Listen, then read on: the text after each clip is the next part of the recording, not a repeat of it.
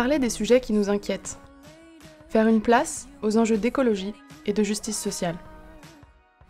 Construire un projet d'équipe qui nous permette de nous sentir utiles. Mettre en avant le patrimoine d'une région qui nous a vu grandir. Et continuer de faire vivre la culture et les échanges dans une période d'isolement.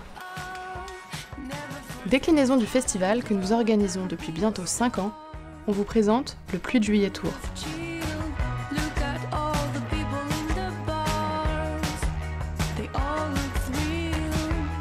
En fait, le Pluie de Juillet Tour, c'est une saison culturelle itinérante qui a lieu dans différents lieux du patrimoine normand. L'idée, c'était un peu de faire une continuité du festival des Pluies de Juillet et donc de proposer des journées complètes avec des événements de sensibilisation à la transition écologique à travers des conférences, des ateliers, des moments de discussion et d'échange. Les musées Beauvoisine nous accueillent pour organiser toute cette journée. Et donc l'idée de ce projet, c'est tout d'abord ça, c'est valoriser le patrimoine et aller dans des lieux qui sont magnifiques, d'essayer de les transformer pour utiliser la beauté du lieu pour faire des moments très particuliers.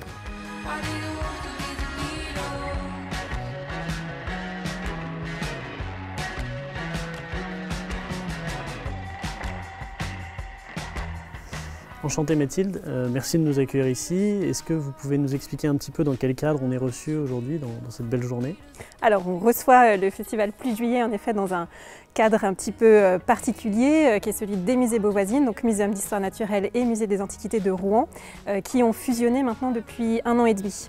On est ici dans le jardin du cloître, un ancien couvent, le couvent des Visitandines, qui appartenait à l'enclave Sainte-Marie. Dans cette enclave Sainte-Marie va s'implanter une faculté de médecine, de pharmacie, une école des beaux-arts et un musée de la céramique. Donc, au XIXe siècle, c'était un espèce de mini-campus dans lesquels se répondaient à la fois des cours de faculté, mais aussi déjà des collections.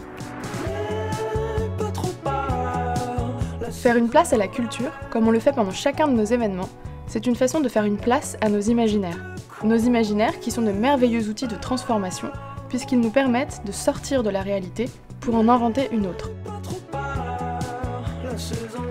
Ce qui est hyper chouette, c'est de rencontrer des nouveaux acteurs, donc des acteurs locaux, des associations, d'avoir une programmation musicale qui soit plus axée sur des artistes normands, parce que là, toutes nos premières parties sur l'ensemble du tour sont des artistes normands qui ont des projets en développement.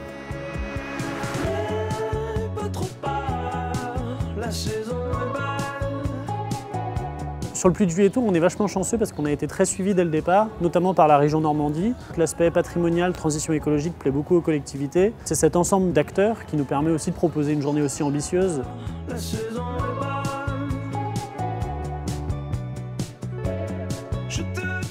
L'été est passé, et avec lui la 4e édition du festival. On ouvre alors la porte de notre Pluie de Juillet Tour à l'abbaye de Hamby le 4 septembre 2021 pour un 2e épisode.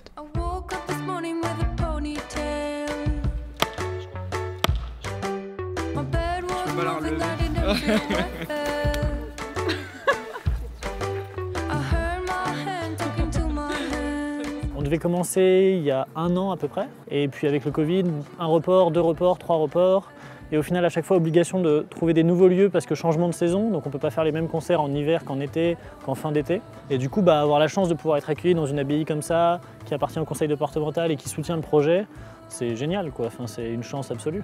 Je ne pensais pas qu'on trouverait un lieu aussi beau que celui-là, aussi bucolique. Il y a des grands jardins, c'est très paisible comme endroit et c'est magnifique, donc moi je suis très très content.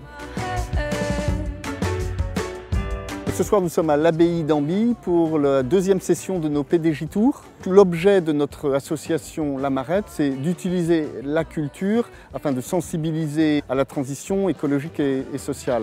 Ça se fait toujours dans une ambiance joyeuse et festive. C'est la meilleure manière de faire venir des gens et de les sensibiliser.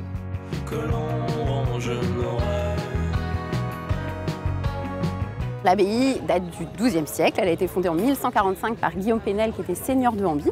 C'est une abbaye qui a prospéré jusqu'à la guerre de Cent Ans à peu près et après, le XVe siècle, elle a décliné jusqu'au XVIIIe siècle. Il n'y a plus de moines, les moines disparaissent petit à petit et le site va devenir une carrière de pierre au début du XIXe siècle. C'est ce qui explique l'état de l'église aujourd'hui en partie démantelée, le cloître qui l'est complètement. Au XXe siècle, une famille va commencer la restauration de l'abbaye qui va ensuite être poursuivie par le département et à partir de ce moment-là, on a 2 propriétaires qui souhaitent l'ouverture au public et la restauration du lieu. Ça donne aujourd'hui un ensemble monastique qui est très bien conservé. C'est un des mieux préservés de Normandie. Et ça permet vraiment aux visiteurs de comprendre comment les moines vivaient à l'intérieur de l'abbaye à l'époque médiévale.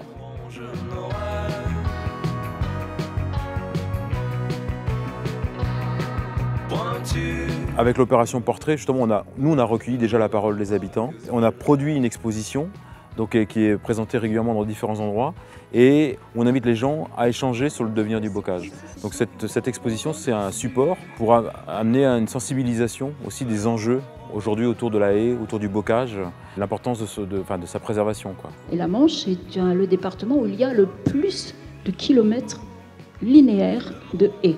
Quand on donne par exemple les feuilles qui résultent de l'élagage à manger à nos animaux, eh bien en fait ça lutte aussi contre le parasitisme. C'est vrai que la question du bocage est essentielle aujourd'hui, à la fois parce qu'il y a des enjeux environnementaux forts. Le bocage, ce n'est pas cette forêt linéaire uniquement, mais c'est aussi des enjeux autour de la gestion de l'eau, autour des pollutions diverses et variées. Et on sait que la haie est un régulateur finalement d'énormément d'éléments de nos écosystèmes. La conférence de ce soir, elle était très intéressante. Et puis je pense qu'on a eu un public assez réceptif, beaucoup de gens qui se posent des questions, qui se demandent aussi d'un point de vue législatif, qu'est-ce qui peut être fait aujourd'hui pour maintenir les haies, quoi. Convaincre des gens convaincus, c'est pas forcément le plus essentiel aujourd'hui, c'est d'arriver à faire parler des gens qui n'ont pas les mêmes idées. Ça, c'est le gros défi. Moi, je suis ravie de ce qui se passe. Il y a du monde, c'est complet, enfin voilà, on ne peut pas rêver mieux. Maintenant, je vais aller au concert et je vais profiter.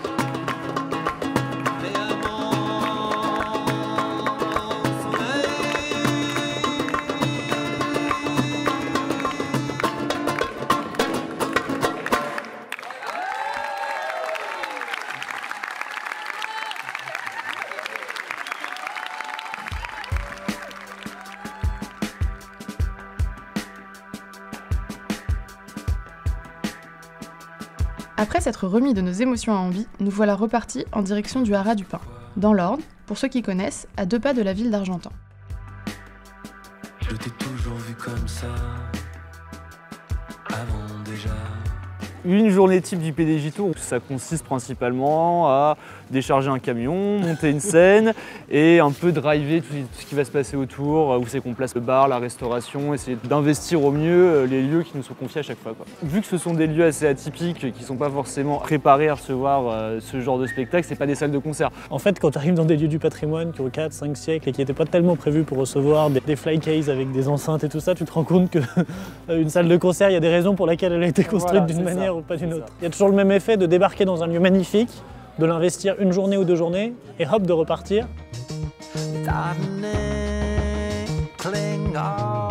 Le haras national du Pin, c'est un haras depuis le XVIIIe siècle. Il a été voulu dès le XVIIe par Louis XIV et Colbert pour renouveler les effectifs de remonte militaire et pour sélectionner et améliorer les races équines. Et le premier haras royal construit, ça a été le haras du Pin au XVIIIe.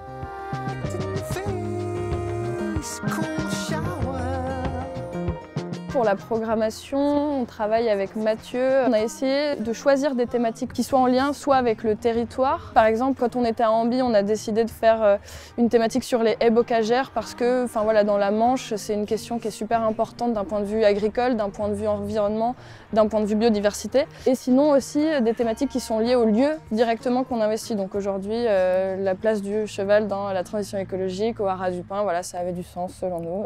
Mais ce qui est intéressant aussi, c'est que l'agriculture, au final, est le seul secteur qui peut capter du carbone et qui en capte naturellement, à travers notamment la photosynthèse des végétaux. Il y a aussi cette volonté d'être assez sobre dans nos pratiques artistiques et donc d'amener de la sobriété en faisant venir des projets qui peuvent se monter et se démonter assez facilement et qui demandent des moyens techniques et humains assez faibles. Le lieu est extrêmement beau, magnifique. On a fait des couscous qui s'annoncent être délicieux. Hugo est très très beau aujourd'hui et ça, tout ça, je rayonne. Tout ça fait que ça va être parfait.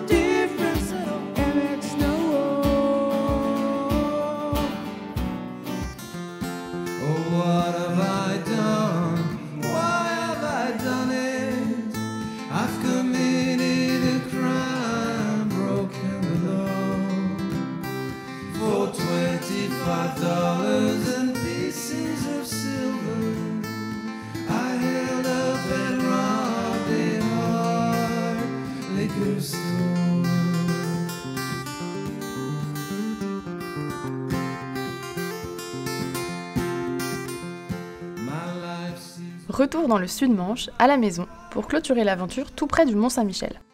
Cette fois-ci, c'est le prieuré d'Ardevon qui nous ouvre ses portes. Cette bâtisse, construite au XIIIe siècle, était le domaine agricole de l'abbaye, aussi lieu de repos et retraite des moines. On raconte qu'au soir de sa vie, Raoul, bâtisseur de la Merveille, abbé du Mont, aurait caché au sein du prieuré un précieux trésor d'une valeur inestimable afin de sceller à jamais le lien qui unit le prieuré et le Mont. Ce soir, on va avoir une conférence de Mathieu Angot. C'est un apiculteur formateur. Pendant mes longues recherches d'acteurs locaux pour le festival, chaque année, je cherche un peu des projets innovants, etc. sur le territoire. Et j'avais repéré son projet d'apiculture. Et je l'ai contacté la première année, la deuxième année. Et jamais il était disponible. Et du coup, j'étais toujours frustrée. Et l'été dernier, du coup, il est venu au festival. Et c'est un plaisir de le revoir et de retravailler avec lui. On a choisi de parler de la biodiversité, de comment la préserver. Donc il va nous parler de toute cette thématique-là à travers le prisme des abeilles, de la relation homme-abeille. J'ai commencé par venir à Rouen, puis ensuite à l'abbaye d'Amby et au Haras du Pin, magnifique, pour terminer en beauté au prieuré d'Ardevon. C'est le mix de la conférence. Et puis après, 1 ou 2 concerts. Chaque fois, en plus, on a pu dîner sur place. Donc c'est côté récréatif et convivial, quoi, rencontrer les autres, discuter, etc. C'est une très belle expérience.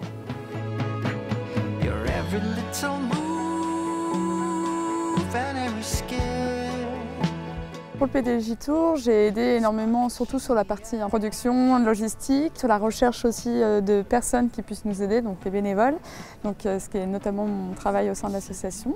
Parce que j'ai apprécié ces moments un peu de rush où on court partout, mais qui, au final, on est un peu stressé et après on se relâche. C'est le moment de relâchement qui est cool avec tout le monde, toute l'équipe, et de se féliciter aussi à la fin de la journée. Alors ce soir, je suis derrière le bar, je suis chef du bar. Alors tu fais comment? C'est assez marrant parce que c'est la première fois. Je suis en mode cadré, j'ai envie que tout se passe bien.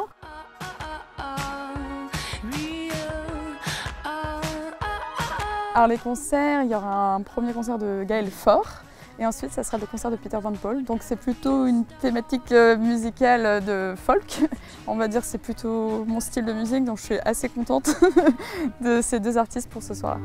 T'as pas voulu vendre la terre, t'as pas voulu souiller son eau. Toi pas question de faire affaire avec les requins, les marteaux. T'as pas voulu courir le monde, toi tu le tiens. Moi j'avoue, j'ai un esprit défaitiste. Par exemple, quand je vois dans les médias ou sur les réseaux sociaux que par exemple à partir de telle date on pourra plus revenir en arrière, je n'arrive pas à réaliser. Les problèmes actuels m'angoissent beaucoup. Quand j'y pense, ça m'empêche aussi, ça peut m'empêcher de dormir, de savoir, de ne pas savoir ce que notre futur sera et se dire qu'on peut changer les choses. Je trouve ça beau comme message.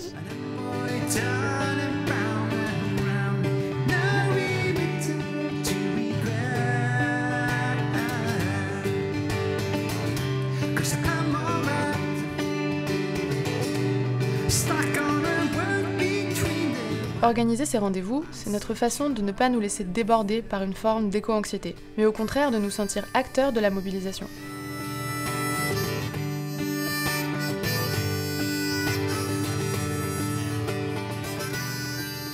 Se lancer dans l'organisation d'une saison itinérante en pleine pandémie, c'était finalement à plein de niveaux un vrai pari. Malgré des moments de doute, on a appris la persévérance. Mais surtout, on est aujourd'hui plus convaincu que jamais de la nécessité d'occuper par tous les moyens l'espace public et médiatique. L'urgence climatique ne peut et ne doit plus être un sous-titre. Il en va de la préservation des conditions de la vie sur Terre. Plus on sera nombreux et nombreuses à se mobiliser, plus l'espoir sera grand.